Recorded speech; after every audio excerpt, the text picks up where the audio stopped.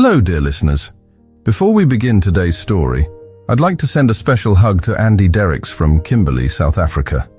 She commented on our last video saying she loves our stories, as she can no longer read due to vision loss. Andy, please receive all our love. Our community is sending you many blessings, and I'm deeply moved to know that our stories have been helping so many people through difficult times. And what about you, dear listener? Leave your name and let us know where you're listening from in the comments. Who knows? Maybe your name will be featured in the next video too. Now then, let's begin today's story. The first sound was a choked, watery sob, transmitted through the fragile connection of a phone call. Ethan? I'm so sorry to call you this late. Jane Miller's voice was a fractured whisper, stripped of its usual bright efficiency. I know you're my boss, but could you come get me? I don't know who else to call. On the other end of the line, in the silent luxury of his penthouse, Ethan Prescott didn't hesitate. There was no annoyance in his voice, no hint of professional distance. Only an immediate, calm authority. Where are you, Jane? I'm on my way. 15 minutes earlier, his world had been orderly. He had just dropped Jane on this very sidewalk, a rare personal gesture for his fiercely independent assistant. It was her boyfriend's birthday, and she had been practically vibrating with excitement, balancing a small, perfect-looking cake on her lap. Her eyes had been shining with anticipation. Ethan had let her leave work early, a small reward for the countless late nights she put in. The quiet, brilliant way she anticipated his needs and seamlessly covered for the mistakes of others. He'd even offered the ride, a simple kindness. Now, as his sleek black car pulled up to the same curb, the woman he found was a ghost of the one he'd left behind. The joy in her eyes had been extinguished, replaced by a raw, hollowed-out pain that was visceral even from a distance. She slid into the passenger seat without a word. The silence in the car was heavy, thick with unspoken misery. Her eyes were red and swollen, her hands clenched tightly in her lap. The cake box was gone. Ethan pulled away from the curb, the car's engine a low, unobtrusive hum. He drove through the glittering city streets, respecting her silence, not daring to intrude on her private grief with clumsy questions.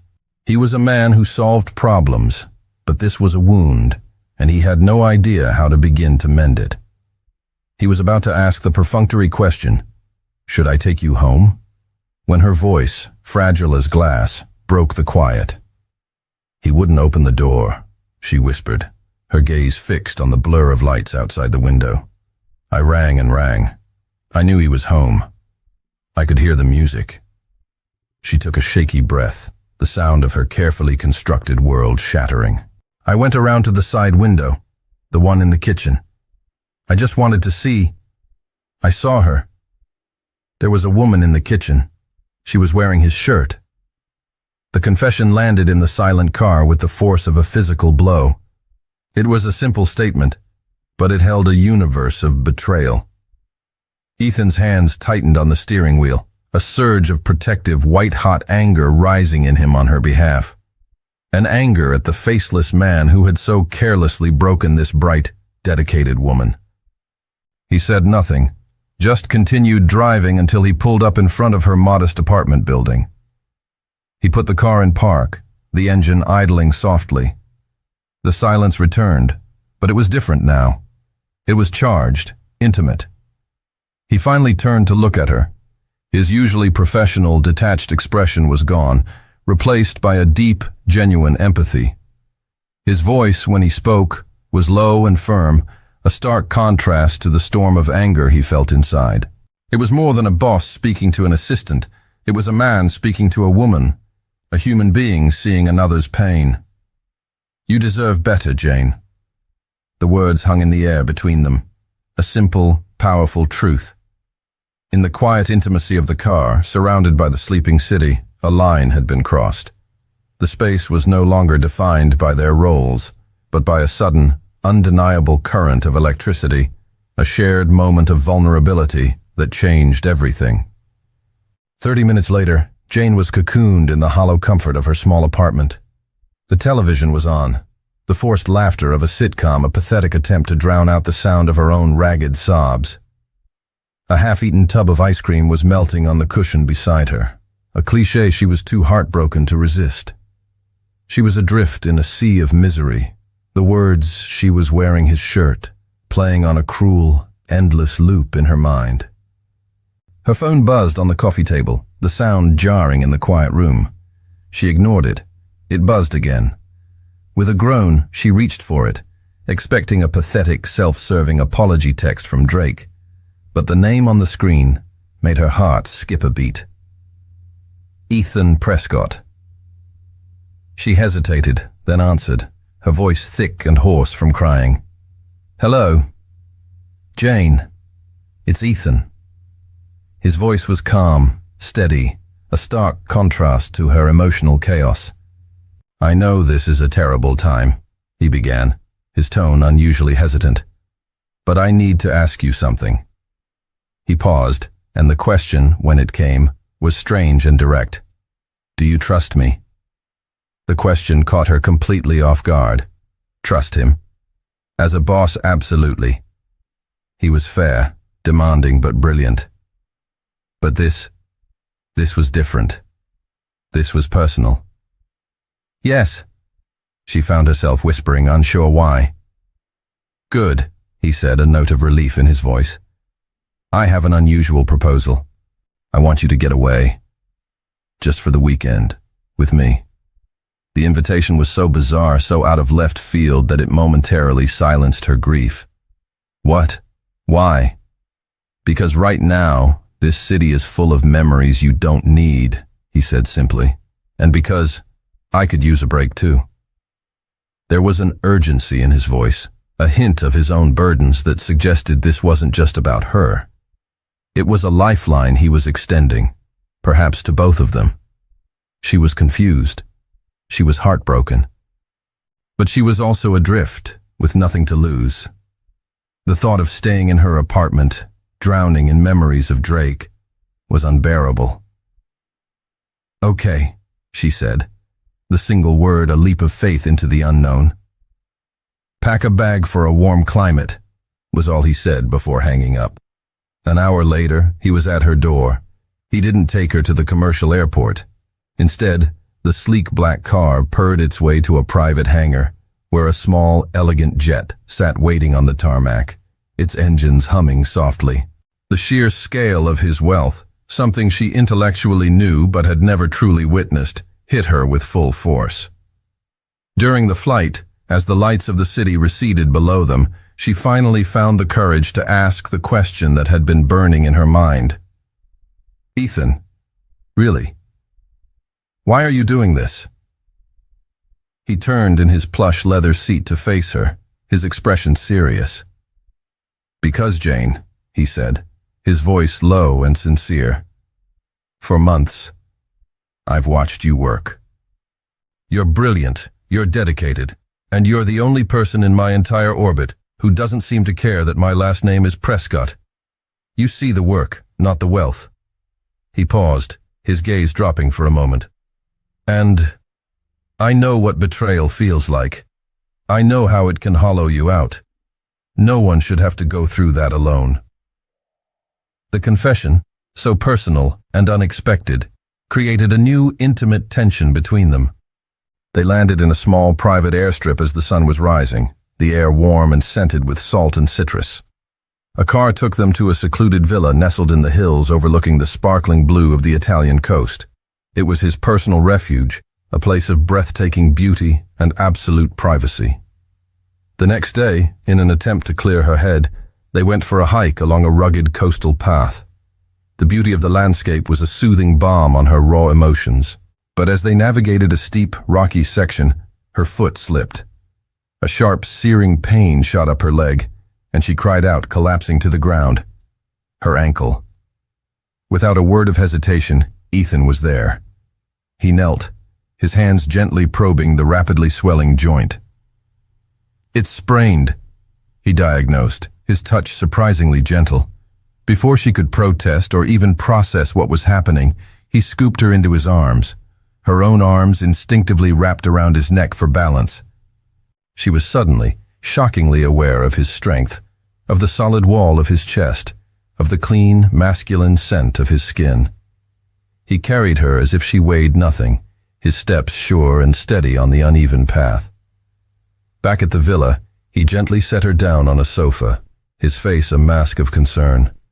He worked with a quiet efficiency, retrieving ice, wrapping her ankle with a practiced, gentle touch that sent shivers up her spine. He was kneeling before her, his focus entirely on her injury, his brow furrowed with a concentration that was deeply, unexpectedly intimate. The proximity, the quiet care, the sheer physicality of him being so close, made the air thick and hard to breathe. The professional line between them had not just been crossed, it had been completely and utterly obliterated, and in its place was a raw, undeniable attraction that neither of them could possibly ignore. Confined to the villa with her ankle propped up on a mountain of plush cushions, Jane quickly grew restless. The breathtaking view from the terrace lost its charm, and the silence of the house became a heavy blanket. Ethan, meanwhile, was a man possessed. He was tethered to his laptop, pacing the length of the living room, his face a mask of intense stress. He was on a series of video calls, his voice sharp and demanding. The words, Project Omega, echoed through the villa.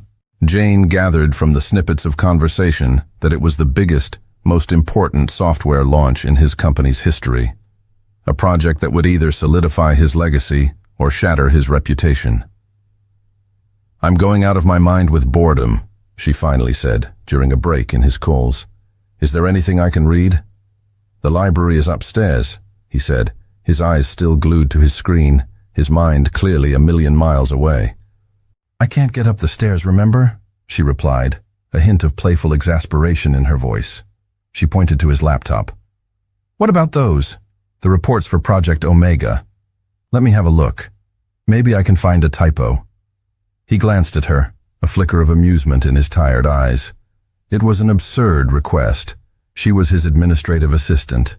The documents were filled with complex algorithms, predictive models, and dense lines of code that were Greek to most people. But he was distracted, and she was clearly desperate for a distraction. "Fine," he said, placing the laptop on the ottoman in front of her. "Knock yourself out. Just don't delete anything." She opened the first file, a projection analysis for user load and server scalability. At first she was just skimming, but then her brow furrowed. Something felt off, and she saw a pattern, a tiny, elegant, and catastrophic flaw in the math. A chill ran down her spine. It wasn't a typo. It was a fundamental error in the core assumption of the scaling algorithm. "Ethan," she said, her voice quiet but urgent. He was on another call and he waved a dismissive hand at her. "Ethan," she said again, her voice sharper this time, cutting through his conversation. He ended the call abruptly, an annoyed look on his face. "What is it, Jane? I'm in the middle of a crisis." "You're about to be in a much bigger one," she said, her finger tapping the screen. "There's a mistake here. In the scalability projection." She pointed to a specific line of code. "This calculation, it assumes a linear growth in data processing, but the architecture you're using will create an exponential load. It will work for the first few hours, but once you hit critical mass..." She looked up at him, her eyes wide with the gravity of her discovery. "If you launch as is, the entire system will crash. A total, catastrophic failure in less than 24 hours. The color drained from Ethan's face. He stared at her, then at the screen, then back at her. He snatched the laptop, his own eyes flying across the data. He saw what she was pointing to, and a look of dawning horror spread across his features. His entire team of world-class six-figure salaried engineers had missed it. A multi-million-dollar, reputation-defining project was on the verge of imploding. He immediately convened an emergency video conference with his lead engineers. He shared his screen, his voice tight and controlled, and pointed to the flaw she had identified. There was a stunned silence on the other end of the line, followed by a frantic flurry of confirmations. She was right. After the call ended, Ethan stood in the silent living room, the setting sun casting long shadows across the floor.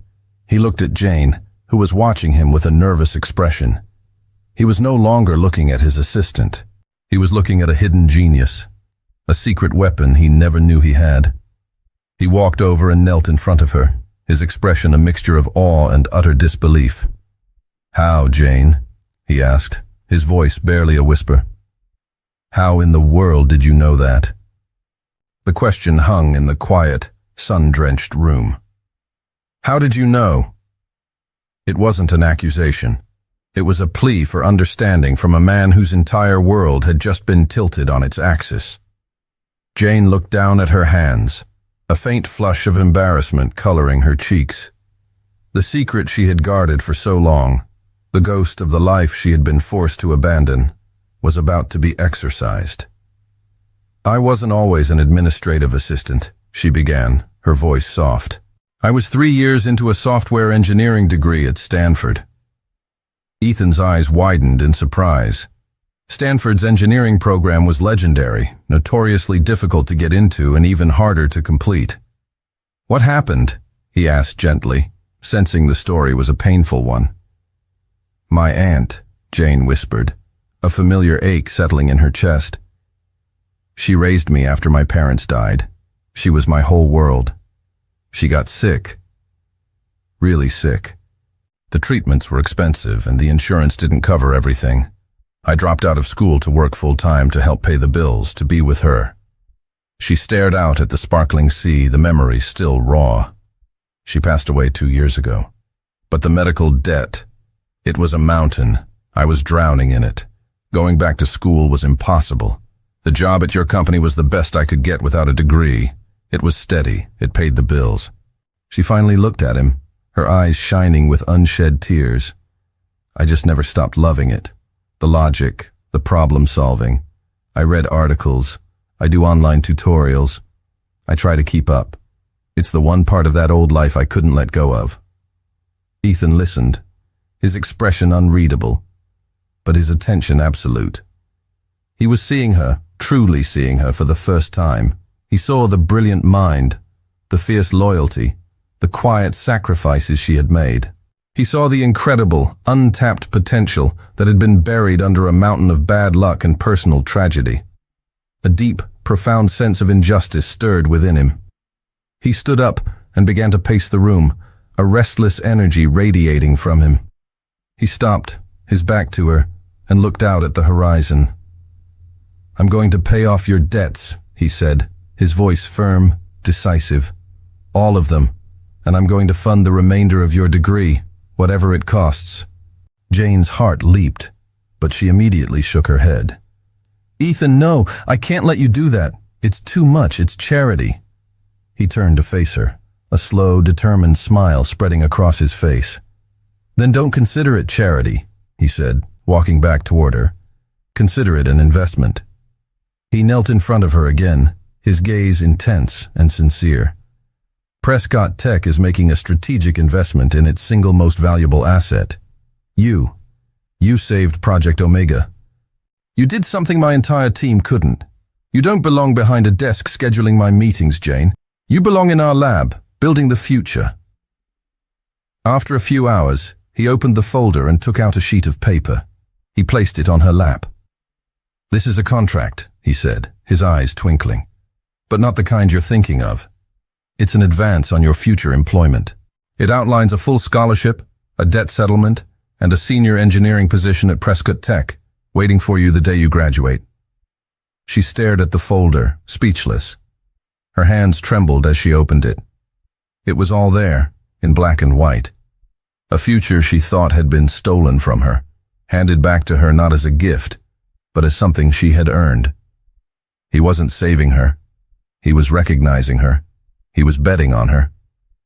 I don't know what to say," she whispered, her voice choked with emotion. "Say you'll accept," he said softly. "Say you'll let me invest in you." How could she possibly refuse? It was more than money. It was a career. It was respect. It was a testament of his belief in her. It was, she realized with a jolt, that had nothing to do with gratitude, the most profoundly romantic gesture she had ever known. The final day in Italy was bathed in a golden, dreamlike light. The agreement had been made, the contract signed. The dynamic between them had shifted irrevocably. He was no longer just her boss, and she was no longer just his assistant. The professional hierarchy had dissolved, replaced by a partnership built on mutual respect and a simmering, unspoken attraction. The air between them was thick with it. Every shared glance held a new weight. Every casual touch lingered a moment too long. The gratitude in her heart had mingled with a deep, growing admiration, and it was all becoming tangled up in a feeling she was too afraid to name. He, in turn, looked at her with an open admiration that was completely new, his gaze often softening when he thought she wasn't looking. Their last evening, he arranged for a simple dinner to be served on the villa's main terrace. A small table was set for two, overlooking the sea as the sun began its slow, spectacular descent, painting the sky in fiery strokes of orange and pink. They didn't talk about work. They didn't talk about her ex-boyfriend. They talked about everything else. He told her about his childhood, about the immense pressure of being a Prescott, and his secret dream of one day sailing around the world. She told him about her passion for building things, for creating order out of chaos, and her fear of not living up to the potential he saw in her. The conversation was easy, deep, and profoundly intimate. The connection between them was no longer a subtle undercurrent. It was a powerful, undeniable tide, pulling them closer with every shared story, every shared laugh. As darkness settled, leaving them in the soft glow of a few flickering candles, a comfortable silence fell between them. "Jane," Ethan said, his voice a low, serious murmur that was different from his usual confident tone. He reached across the small table, his hand covering hers. His touch was warm, firm, and sent a jolt of electricity straight to her heart. "I know your heart is still healing," he began, his thumb gently stroking the back of her hand. "And the last thing I want to do is rush you or make you uncomfortable. But I wouldn't be honest if I didn't tell you what's been happening with me." He took a breath, his gaze holding hers, full of a sincerity that made her insides tremble. "From the first day you walked into my office, I saw something special. A light, a brilliance you tried to hide. I told myself it was just professional admiration." He gave a small, self-deprecating laugh. "I was lying to myself. This weekend, seeing your strength, your resilience, your genius, it just confirmed what my heart has known for a long time." He leaned forward, his voice dropping to a near whisper. "I'm falling for you, Jane. I think I have been for a very long time." His confession was simple, direct, and utterly breathtaking. This time, when he leaned in to kiss her, she didn't pull away. She didn't even hesitate. She met him halfway. The kiss was everything they had been repressing for months.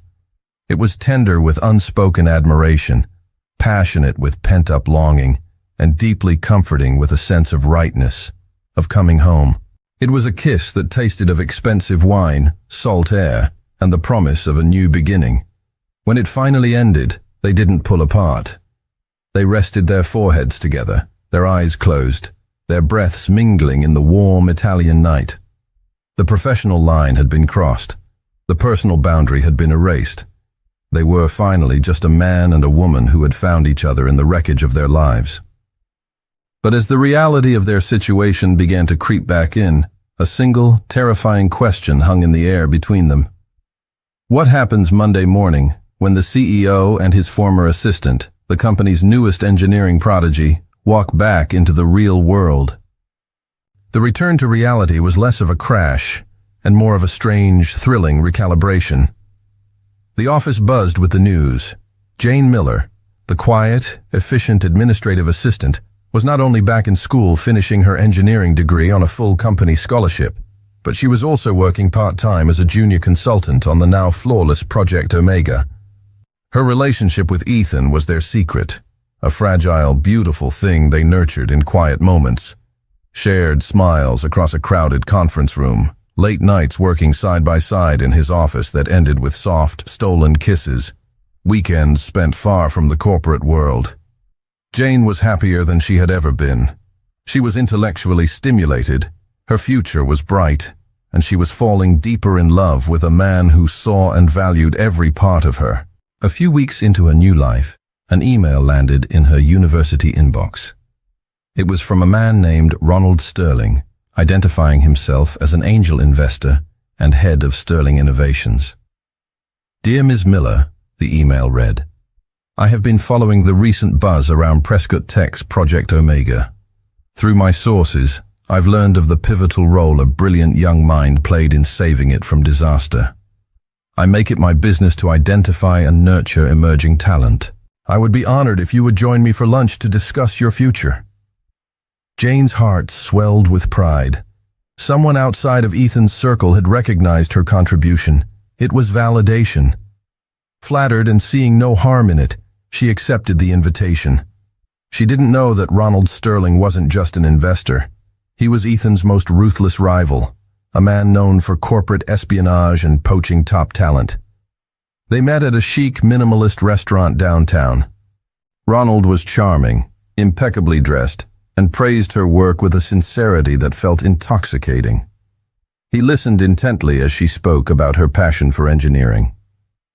You have a rare gift, Jane, he said, leaning forward.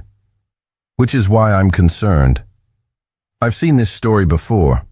A brilliant junior saves the day, and the man at the top takes all the credit. That's not what's happening, Jane said quickly, a defensive edge to her voice. Ethan has been incredibly supportive. Supportive? Ronald chuckled, a smooth, condescending sound.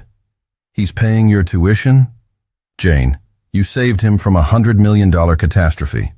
A scholarship isn't an investment, it's a muzzle. It's the cheapest possible way to keep you quiet and loyal while he accepts the awards and the accolades for your discovery. He shook his head, a look of faux pity on his face. You deserve better. You deserve to be the name on the project, not a footnote in his success story. Jane felt a prickle of unease.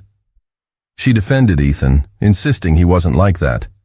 But Ronald's words were insidious, a drop of poison in the well of her newfound happiness. The seed of doubt had been planted. She didn't know that, sitting at a table across the restaurant, partly obscured by a large plant, was Mark, Ethan's trusted chief of staff. He watched the animated conversation between Jane and his boss's arch-nemesis. With a small, triumphant smile, he discreetly raised his phone, angled it, and snapped a picture. The photo was a masterpiece of misinterpretation. It captured a moment where Jane was leaning forward, listening intently, and Ronald was smiling, his hand resting on the table near hers. It looked intimate, conspiratorial. Mark immediately sent the photo to Ethan, adding a single devastating line of text. I think we have a problem. Your protege is having a very friendly lunch with Ronald Sterling. The image on Ethan's phone screen was a punch to the gut.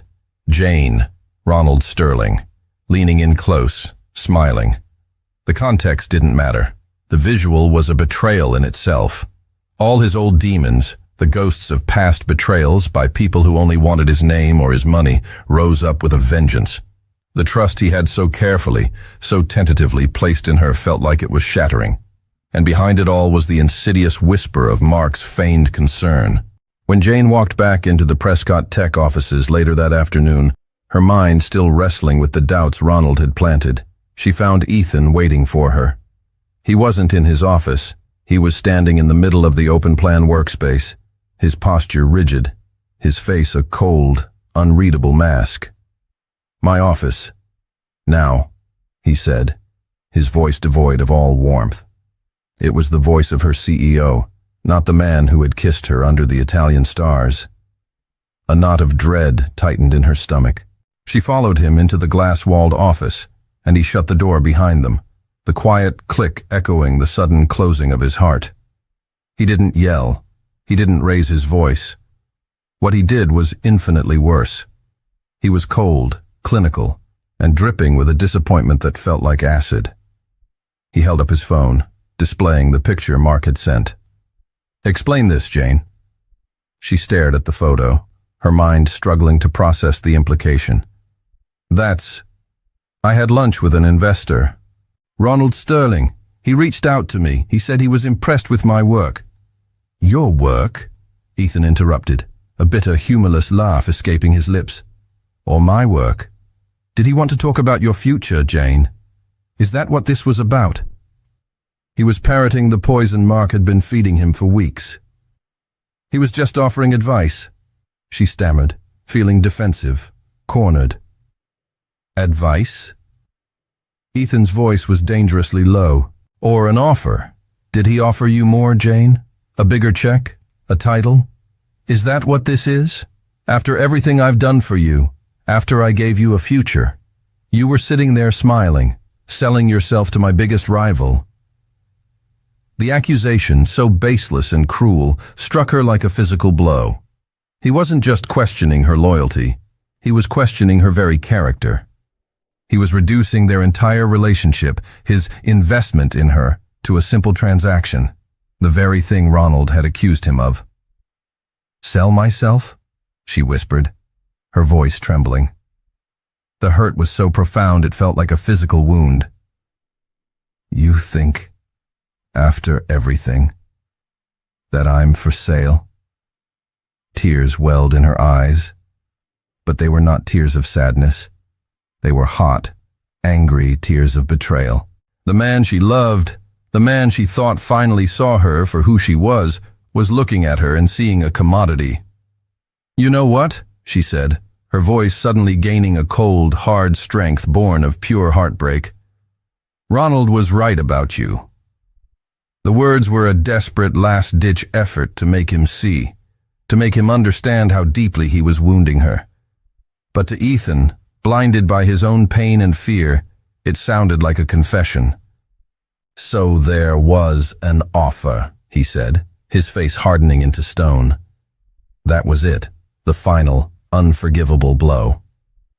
If that's what you think of me, she said, her voice now eerily calm, if you think I could do that, then you never knew me at all. With a steady hand, she reached up and unclipped the Prescott Tech ID badge from her collar. She walked to his massive, empty desk and placed it gently on the polished surface. The small piece of plastic seemed to mock them with its officialdom. I quit, she said, the words quiet, but absolute. She turned and walked out of the office, her back straight, her head held high. She didn't look back. She left him standing alone in his glass fortress, with her badge on his desk like a tombstone for the trust he had just killed. The silence he was left with was no longer just quiet. It was the deafening sound of his own heart breaking. The days that followed were a silent, gray hell for Ethan. The office felt hollow, his work meaningless. He would walk past Jane's empty desk a dozen times a day, a fresh wave of regret washing over him each time. He tried calling her, his pride warring with a desperate need to hear her voice. But the calls went straight to voicemail. He had built a wall of suspicion and accusation, and now he was trapped behind it, completely alone. His focus on work shattered. Project Omega, once his singular passion, now felt like a monument to his failure. He was distracted, irritable, and his performance suffered. Mark, his ever-present chief of staff, was a model of feigned sympathy. Don't worry, Ethan, he'd say, placing a hand on his shoulder. She wasn't who you thought she was. It's better you found out now. Each word of comfort was another twist of the knife. A week after Jane left, a real crisis hit. A senior engineer rushed into Ethan's office, his face pale. There's a problem with the Omega source code, the engineer said, his voice tight with panic. A critical data file has been corrupted. It's the final build for the launch next week. We have backups, but we've lost days of optimization work. It's a major setback. A cold dread trickled down Ethan's spine. A corrupted file. It was too specific, too targeted to be a random glitch. It felt like sabotage. His first, gut-wrenching thought was a flash of Jane's face, immediately followed by a wave of self-loathing. No, he couldn't let his mind go there again. I want a full diagnostic, Ethan commanded, his voice sharp, the CEO in him taking over. "I want to know who accessed that file, from where and when. Get our cybersecurity team on it, now." He spent the next few hours pacing his office like a caged animal, while his top security analysts dug through server logs and access protocols. The initial report came back, and it made his blood run cold. The file corruption wasn't an accident. It was a deliberate deletion, followed by an unauthorized data transfer to an external, encrypted server. The transfer had occurred just minutes after his confrontation with Jane. It was a setup. The timing was too perfect. Someone wanted it to look like she had stormed out, and, in an act of revenge, sabotaged the project on her way out the door. "Trace the transfer," Ethan ordered, his voice dangerously quiet. "I don't care what it takes. Find out where that data went." The cybersecurity team worked through the night, peeling back layers of encryption and rerouted IP addresses. The next morning, the head of the team walked into Ethan's office and closed the door. "We found it," he said, his expression grim. "The digital trail was expertly hidden, but we traced the final destination." He slid a tablet across the desk. On the screen was the address of the server that had received the stolen data. It wasn't a random hacker's server. It belonged to Sterling Innovations. Ethan felt a surge of white-hot rage. Ronald. But how? He needed an inside man. "Who initiated the transfer?" Ethan asked, his voice a low growl. "Which terminal did it come from?" "That's the strange part," the analyst said.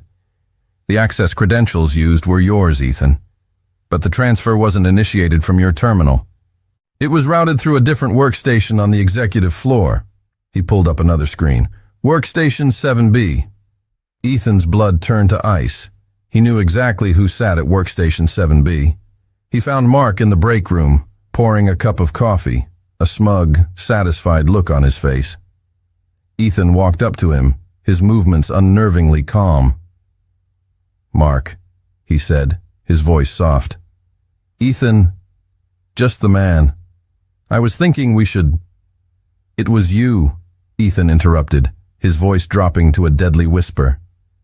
Mark froze, the coffee cup halfway to his lips. "What are you talking about?" "The file. The transfer to Sterling's server. It came from your workstation." The color drained from Mark's face. He was caught. Ensnarled in a digital trap he thought was foolproof. He started to stammer, to deny, but the look in Ethan's eyes, a look of cold, absolute fury, silenced him. Cornered and exposed, Mark confessed everything. He had been on Ronald's payroll for months, feeding him information, waiting for the right moment to sabotage Project Omega from the inside. Jane discovering the original flaw had been an unforeseen complication. She had become a threat. The plan to frame her was Ronald's idea, a brilliant, cruel way to neutralize the threat she posed, shatter Ethan's morale, and clear the path for Sterling Innovations to dominate the market. The truth was a physical blow. It knocked the air from Ethan's lungs. He hadn't just been wrong about Jane. He had been a pawn. He had been manipulated into becoming the weapon used against the one person he loved, accusing her of the very betrayal that was being perpetrated by the man standing right next to him. He had hurt her. He had broken her trust. And he had done it all while she was being set up as the scapegoat for a crime she had in fact prevented. The depth of his failure was absolute.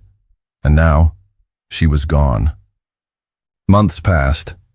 For Ethan, they were a blur of damage control, legal battles, and a deep, gnawing emptiness. He fired Mark, sued Ronald for corporate espionage, and managed to launch Project Omega successfully.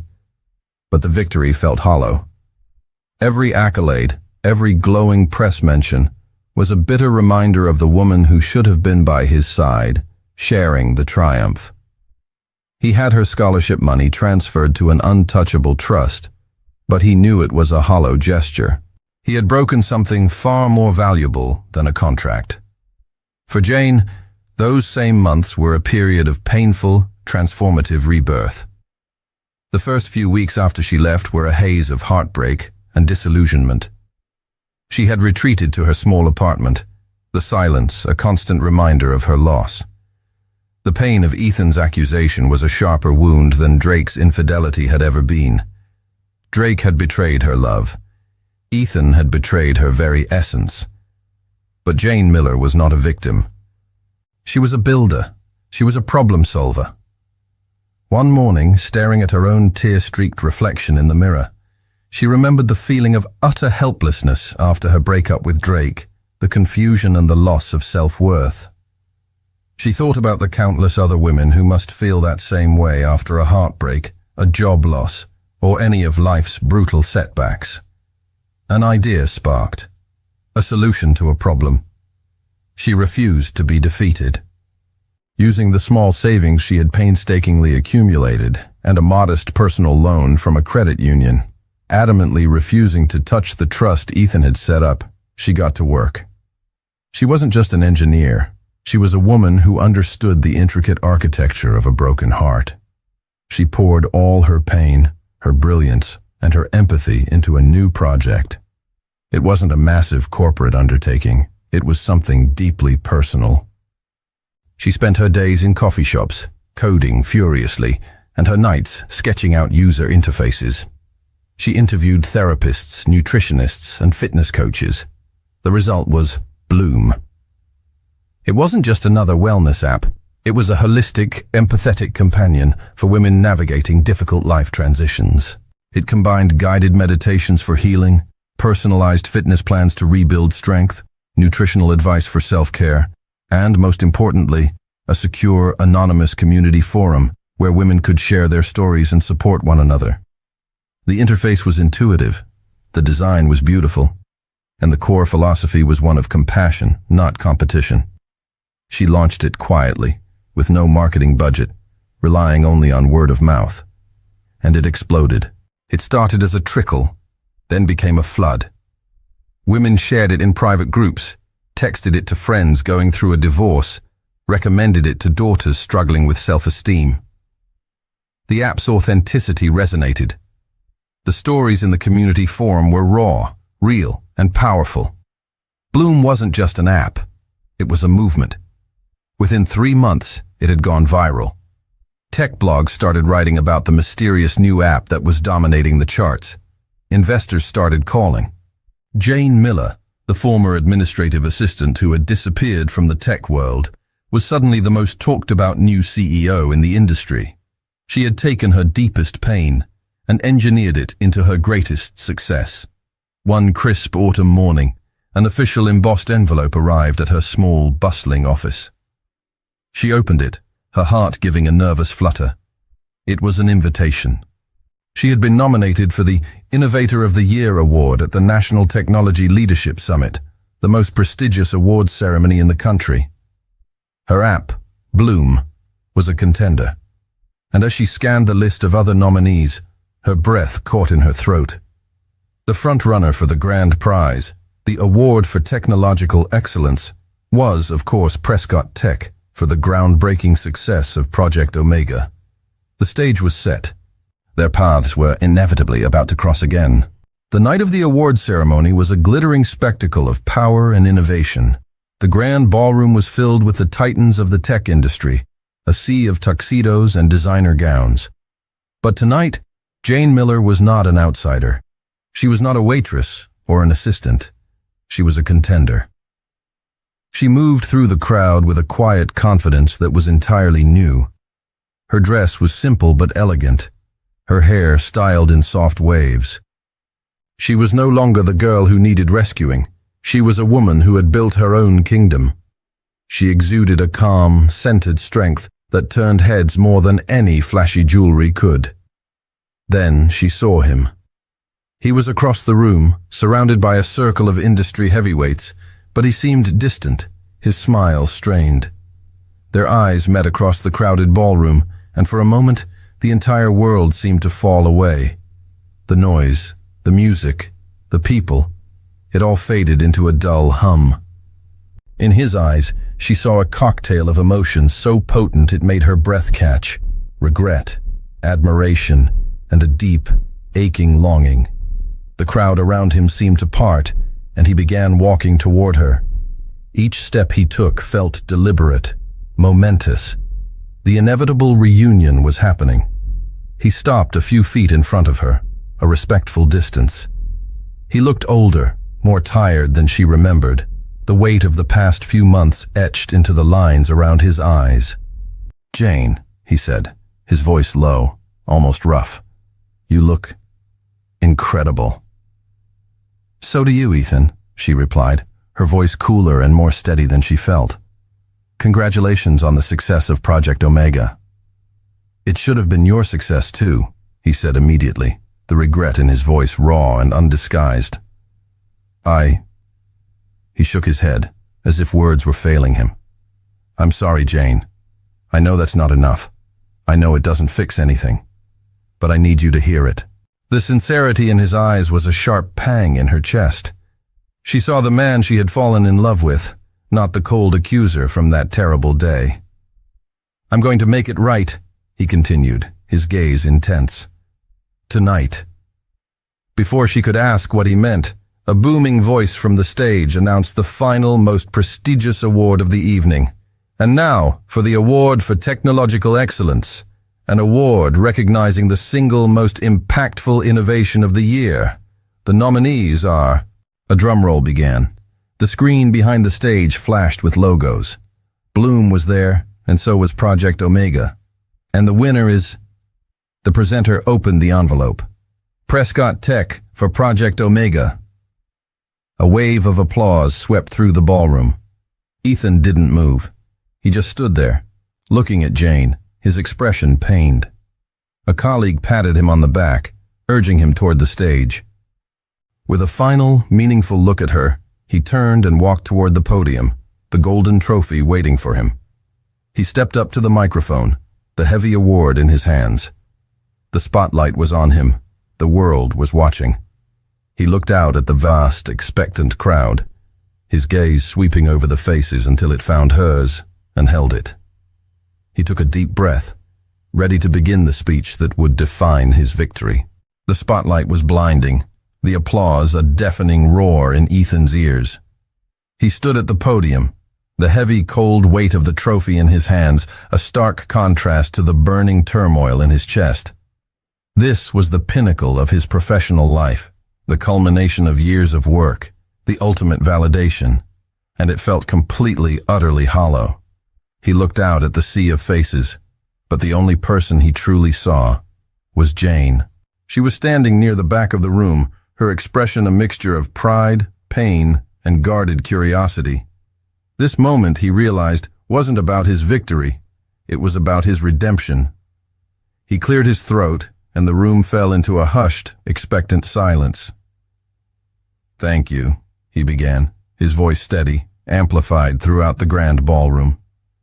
"Thank you to the committee, to my incredible team, and to everyone who believed in Project Omega." He paused, his gaze fixed on Jane. "But I cannot accept this award." A shocked murmur rippled through the audience. People shifted in their seats, whispering to their neighbors. On the stage, the presenters exchanged confused glances. Ethan ignored them. He leaned closer to the microphone, his voice dropping but gaining an intensity that commanded the attention of every person in the room.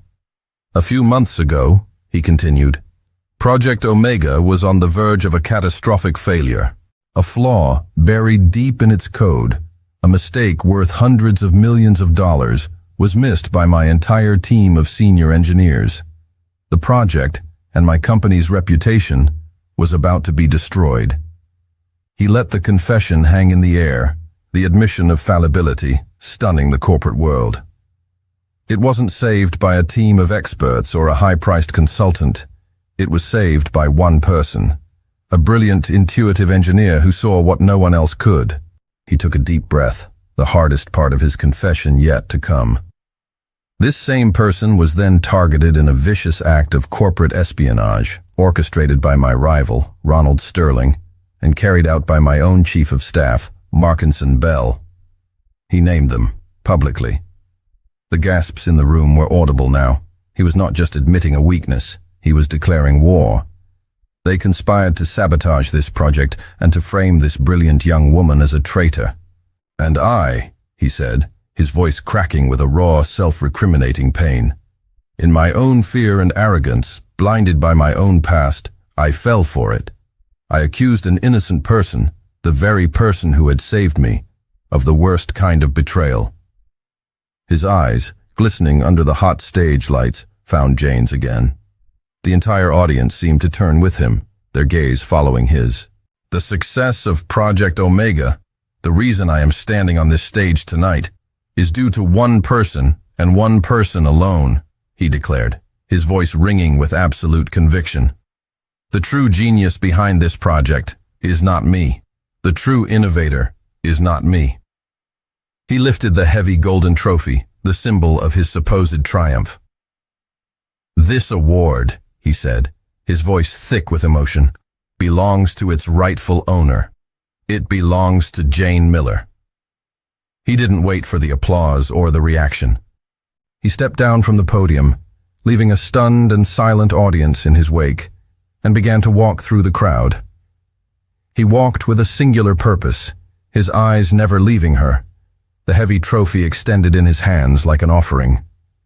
The cameras, the reporters, the entire tech world, they all turned to focus on her. He was not just giving her an award. He was giving her the credit, the truth, and his public, unconditional apology. He stopped in front of her, the space between them electric, the golden trophy a bridge between his world of regret and her world of newfound strength. For a heart-stopping moment, Jane was frozen, the weight of 1,000 pairs of eyes on her. The golden trophy, offered like a penitent's plea, gleamed under the ballroom lights. Her mind was a whirlwind of shock, vindication, and a pain so deep she had forgotten its shape. Then her instincts took over. With a quiet grace that belied the storm inside her, she reached out and took the award from his hands. Her fingers brushed against his, and a jolt of the old, familiar electricity passed between them. She gave a small, dignified nod to the stunned audience, a silent acceptance not of his apology, but of the truth he had finally spoken. The ballroom erupted into a thunderous, sustained applause, this time entirely for her. In the ensuing chaos, as people rose to their feet, Ethan gently took her elbow. "Come with me," he murmured, his voice for her ears only. He guided her away from the flashing cameras and the clamoring reporters, leading her through a side door and into the quiet, dimly lit labyrinth of the backstage area. They found themselves alone in a small, empty dressing room, the roar of the crowd a distant, muffled sound. The silence between them was vast, filled with months of pain, misunderstanding, and unspoken longing. She placed the heavy award on a nearby table, the metallic clink unnaturally loud in the quiet room. "Why?" she asked, her voice a trembling whisper. "Why would you do that, Ethan? You could have destroyed your own reputation." "Because my reputation is worthless if it's built on a lie," he answered immediately, his voice raw with an honesty that stripped him bare. "Because the truth matters. You matter." He took a hesitant step closer, his eyes pleading with her to understand. "I was wrong, Jane. So profoundly, devastatingly wrong. I let my own past, my own fears, twist me into a person I don't recognize. I doubted you, the one person in my life who has been nothing but loyal and true. And I will spend the rest of my life regretting it." The apology was simple, absolute, and completely without excuse. It was everything she needed to hear. "I love you," he said, the words quiet but carrying the weight of his entire soul. He wasn't asking for anything. He wasn't making a demand. It was a confession, pure and simple. "I know I have no right to say that to you now. I know I might be too late. But I couldn't live another day without you knowing it, without you knowing the truth of what's in my heart." He stood before her, stripped of his power, his pride, his defenses. He was just a man, flawed and broken, who had risked everything for a single chance to tell her the truth. The anger and hurt that had been her constant companions for months began to dissolve, washed away by the raw sincerity in his eyes. He had wounded her, yes, but he had also just publicly sacrificed his own victory for her honor. She thought of the lonely nights, the struggle to build her app, the fire that had been forged in the pain he had caused. But she also thought of the man who had seen her brilliance when no one else did, the man who had carried her when she fell, the man who had believed in her enough to invest in her future. Could she forgive him? Could she trust him again? The answer, she realized with a sudden, heart-stopping clarity, had been there all along. Tears welled in Jane's eyes, but for the first time in months, they were not tears of pain or anger. They were tears of a slow, complicated, and overwhelming relief. "I love you too, Ethan," she admitted, the words finally escaping after being held captive for so long. Her voice was a soft, trembling whisper, but it landed in the quiet room with the force of a thunderclap. "I think a part of me never stopped." The look on his face was one of pure, unadulterated relief. It was as if a physical, crushing weight had been lifted from his shoulders. He took a step closer, his hands coming up as if to touch her, but he stopped himself, a new respect and hesitation in his posture. "But," she continued, her voice gaining a quiet strength, "I can't go back. I'm not your assistant anymore, Ethan. I'm not your protege. I've spent these last few months building my own path. I have to see where it leads." He nodded immediately, his expression full of a deep, painful understanding. "I know," he said, his voice rough with emotion. "And I would never ask you to. You've built something incredible, Jane. On your own. You're a CEO, a founder. You're my equal in every way." The acknowledgement, the validation of her own success coming from him, was more powerful than any apology. "That's why," he said, a new, nervous energy entering his voice, "I'm not here to offer you your old job back. I'm here to offer you a merger." The word hung in the air, completely unexpected. "A merger?" she repeated, confused. "Not in the traditional sense," he clarified quickly. "I don't want to absorb Bloom. I want to empower it. I'm proposing a partnership. Prescott Tech will acquire a minority stake in your company, providing the capital and infrastructure to scale Bloom globally, overnight. But you," he said, pointing at her, his eyes blazing with an intensity she hadn't seen since Italy, "remain the CEO. You retain full creative control. You run your company. You call the shots." He took a final step, closing the distance between them. He gently took her hands in his touch sending a familiar welcome warmth through her. "I don't want to save you, Jane," he said, his voice low and sincere. "I don't want to be your boss. I want to build an empire with you, as partners. In business, and if you'll have me, in life."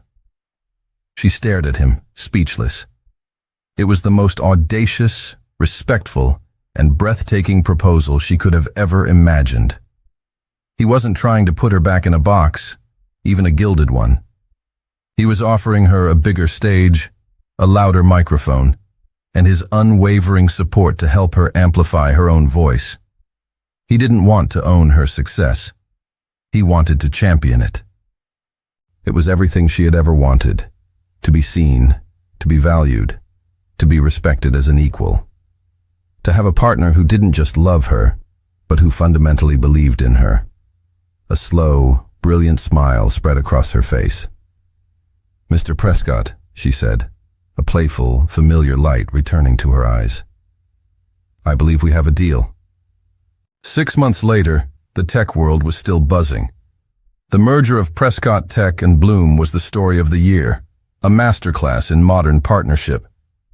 It wasn't a hostile takeover or a quiet absorption. It was a true collaboration.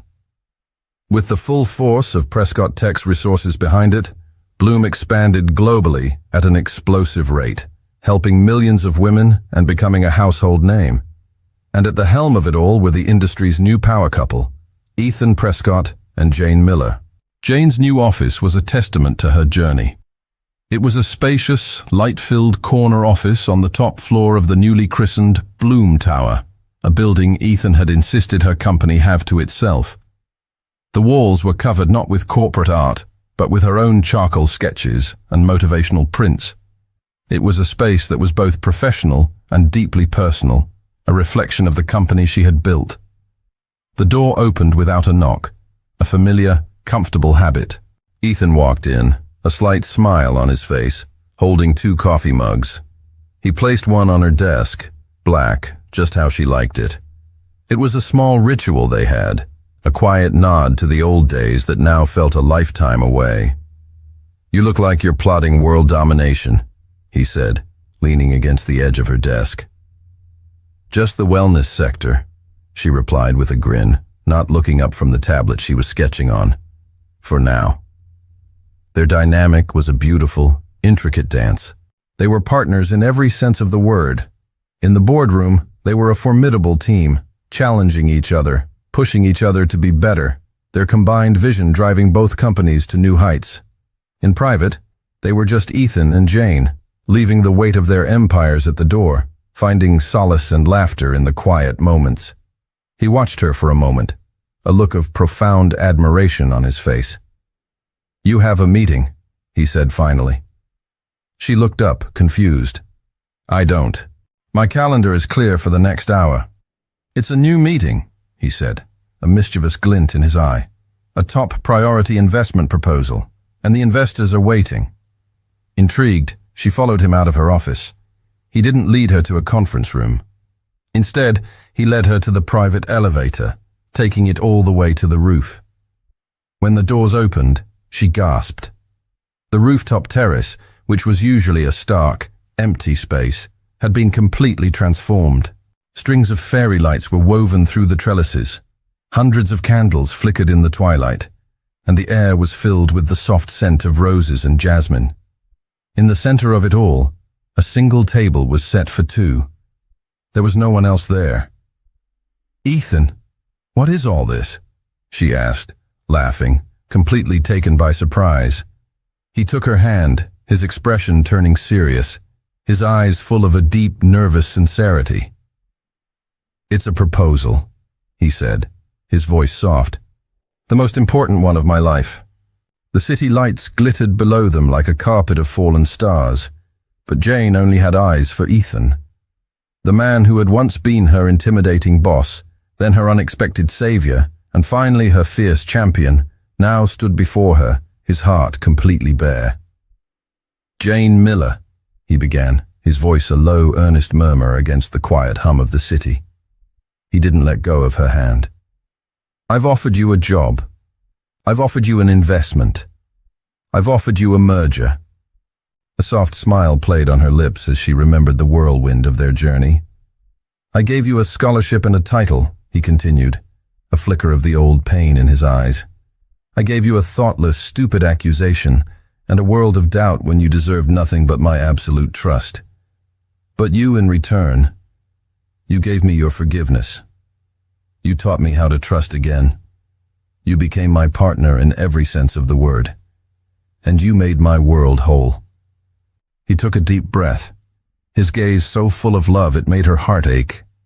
Then, to her utter astonishment, he slowly got down on one knee.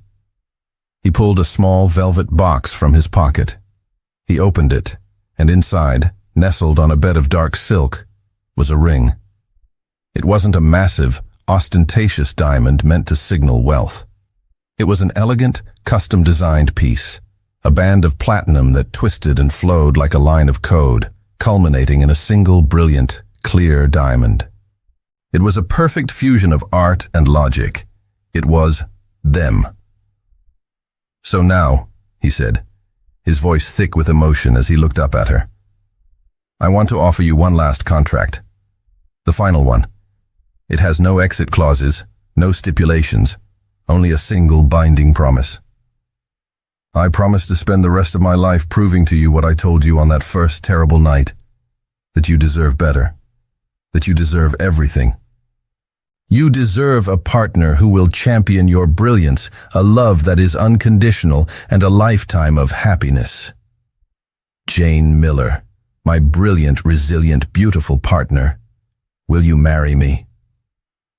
Tears of pure, unadulterated joy streamed down her face.